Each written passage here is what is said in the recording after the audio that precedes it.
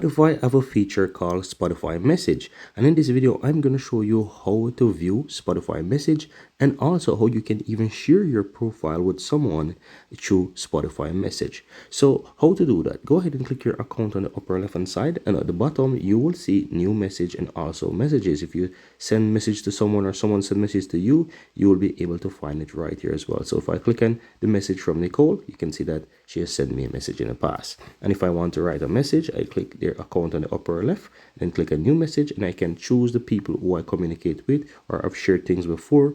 Then I can easily go ahead and just send them a message or even send them an invite via message. So you see how to do that. Now let me go back. Now let's say you want to share your profile. Click on view your profile in the upper left, click the three dots next to edit, then click on share. And right here you can now use Spotify Message. So here you can see at the top, share with Spotify Message. And so you can select the people there, or you can search. You can click on search and you can search for their name. So if you have a friend on Spotify, search for their name or the email address, and you can just easily go ahead and share your profile using the Spotify Message. So they will receive it in their message box on Spotify.